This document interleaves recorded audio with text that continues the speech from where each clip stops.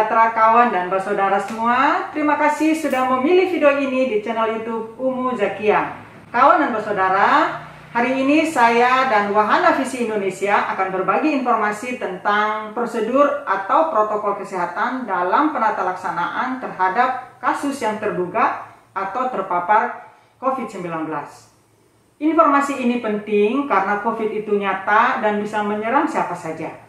Nah, saya sudah ditemani oleh Dr. Putri dari Puskesmas Sikumana.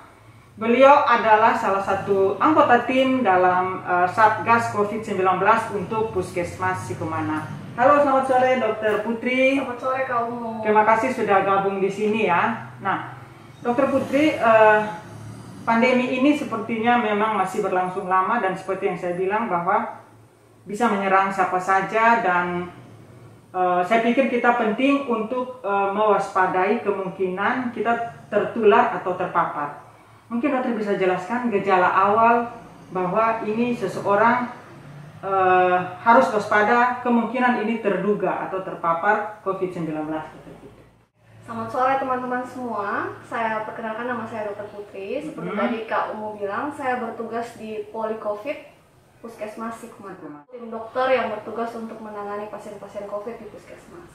Nah, pada kesempatan ini saya mau bagi-bagi info tentang gejala awal yang biasa dirasakan oleh pasien-pasien yang mungkin mereka sendiri tidak tahu itu mungkin gejala awal dari COVID-19 ini.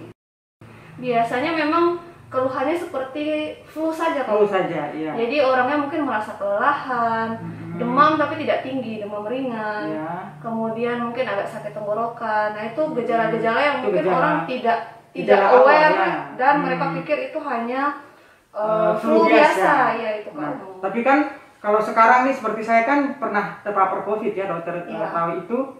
Nah, kadang kita mungkin pada saat merasakan keluhan itu kita bingung mau ngapain itu dokter. Nah, menurut dokter harusnya seperti apa kalau kita sudah mulai merasakan hal tersebut? Pada keluhan-keluhan awal biasanya gejalanya ringan saja, ya. Mungkin hanya kelelahan saja atau mungkin flu ringan atau demam ringan. Nah, itu biasanya pasien-pasien dianjurkan untuk istirahat yang cukup. Saja. Mungkin minum vitamin yang dosisnya lebih tinggi dari biasanya. Kemudian mencukupi asupan gizi dari makanan. Dan mungkin apabila ada demam, mungkin bisa menggunakan paracetamol atau obat-obat untuk meredakan gejala awal saja.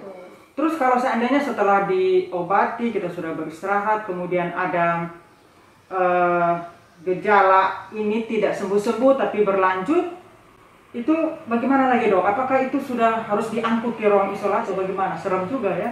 Jadi gini Kak, nanti biasanya kalau gejala awal ini berlanjut dan usaha yang tadi pasien sudah lakukan itu tidak ada perubahan, tidak membaik juga, misalnya dari demam sudah minum paracetamol tidak turun-turun, demamnya terus-menerus, flu-nya memberat, batuknya bahkan mulai sesak atau napasnya cepat, itu pasiennya kami sarankan untuk pergi ke fasilitas kesehatan terdekat, misalnya ke puskesmas atau rumah sakit terdekat untuk mendapatkan pertolongan pertama.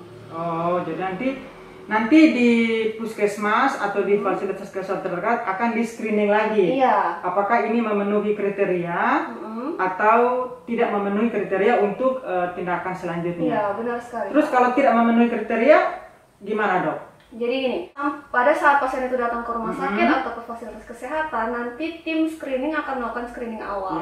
Screening awal itu banyak sekali pertanyaannya, termasuk pemeriksaan lengkap oleh dokter. Nah, dua hasilnya adalah memenuhi kriteria dan tidak memenuhi kriteria. Apabila tidak memenuhi kriteria, maka pasien itu akan diterapi seperti biasa sesuai dengan keluhannya. Oh, begitu. Jadi langsung kalau tidak memenuhi kriteria, dirawat sesuai dengan keluhannya. Nah, kalau memenuhi kriteria gimana dok? Nah, apabila memenuhi kriteria sebagai suspek, kami bilang suspek ya awalnya, itu biasanya akan dilakukan pemeriksaan lebih lanjut. Seperti pemeriksaan darah lengkap, rapid test yang mungkin kita kenal rapid test antibody atau rapid antigen yang melalui swab. Kemudian ada yang paling penting adalah swab PCR. Oh, begitu. Berarti nanti ada dua kemungkinan lagi setelah itu. Hasil PCR-nya bisa positif, bisa negatif. Kalau negatif maka ya sama seperti tadi waktu tidak memenuhi kriteria.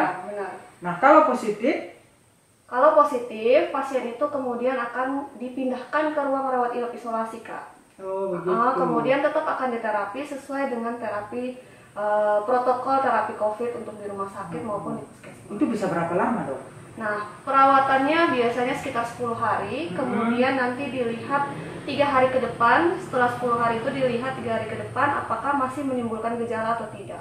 Nah, apabila setelah pemantauan itu tidak ada gejala atau tidak muncul gejala sama sekali, maka pasien akan dapat dipulangkan, kemudian dinyatakan selesai isolasi. Oh, begitu. Nah, tadi kan kita sudah membahas tentang kalau dia memiliki gejala nih. Ada dia memiliki rasa seperti yang gejala awal yang dokter bilang, yaitu demam, kemudian batuk pilek, ya, dia agak letih, lesu, ya. Nah, bagaimana kalau dia tidak merasakan gejala apapun, tetapi dia misalnya orang yang baru pulang bepergian dari daerah yang terjangkit atau terjangkit COVID, ya, atau daerah yang transmisi lokal, yang sudah transmisi lokal, atau orang tersebut merasa misalnya dia tidak sakit, tidak merasa apa, tapi dia tahu nih dia baru saja terpapar dengan kontak erat dengan orang yang terpapar COVID. Nah, itu gimana, dokter? Jadi apabila seseorang merasa habis kontak dengan pasien yang sudah terkonfirmasi positif COVID atau baru pulang dari tempat transmisi lokal, misalnya dari Bali, dari Jakarta, dari luar kota intinya, itu dapat melaporkan diri ke puskesmas terdekat maupun ke fasilitas kesehatan terdekat dari rumahnya, atau bisa melalui menelpon ke 119 extension 9 untuk mendapatkan petunjuk lebih lanjut. Oh, begitu ya. Nah, berarti tadi dokter sudah menjelaskan itu sudah cukup jelas ya. Mungkin dapat saya simpulkan seperti ini. Kalau merasa sakit, ada demam, ada batuk pilek misalnya, apalagi demamnya sampai 38, itu berarti dia cukup istirahat saja. Tapi kalau keluhannya berlanjut, dia harus hubungi ke fasilitas kesehatan terdekat dan patuh terhadap anjuran atau protokol yang sudah ditetapkan. Benar, Kak. Nah, kalau dia tidak merasa sakit, sehat-sehat saja, tetapi baru bepergian dari daerah transmisi lokal dan atau pernah terpapar dengan orang yang atau kontak erat dengan orang yang terpapar COVID, maka dia harus menghubungi fasilitas kesehatan atau ke nomor 119 extension 9. Nah, itu. Nah, demikian seperti itu alurnya ya. Ini penting supaya kita siap siaga kalau seandainya akhirnya kita mengalami hal tersebut. Nah, dokter, sebelum kita menutup obrolan kita, mungkin dokter bisa memberikan penegasan ataupun closing statement lah seperti itu untuk menguatkan atau memberikan pencerahan untuk kita sebelum kita menutup obrolan kita hari ini. Saya tidak lupa untuk selalu mengingatkan teman-teman semua atau kawan-kawan semua yang di luar sana untuk tetap ingat 3M. 3M itu menjaga jarak, mencuci tangan, dan memakai masker. Itu sangat penting untuk mencegah penularan, meningkatnya angka penularan COVID di Indonesia. Kemudian saya tidak lupa juga mengingatkan jangan pernah lengah. Mungkin masih banyak orang di luar sana yang menganggap COVID ini tidak ada. Betul. Atau mungkin saya sudah kena masalahnya. Nah, itu mungkin merasa tidak mungkin kena ke saya karena saya masih muda, saya masih sehat. Jangan pikir seperti itu. COVID ini bisa kena siapa saja, usia berapa saja, dengan penyakit penyerta atau tanpa penyakit penyerta. Dan yang terakhir, semoga vaksin yang sudah sampai di Indonesia ini bisa memberikan kita suatu pengharapan untuk Indonesia supaya dapat mencegah penularan COVID-19 di Indonesia. Mengenai obatnya, apakah sudah ada? Kalau misalnya kita dengar, sudah ada obat yang bisa menyembuhkan? Untuk sampai sekarang sih belum ada sama sekali yang menyatakan benar-benar terbukti untuk menyembuhkan COVID-19 ini, Kak. Jadi ya itu kita memang harus kembali lagi ke pencegahan itu. Oke, lanjutnya. Sekali lagi makasih dokter.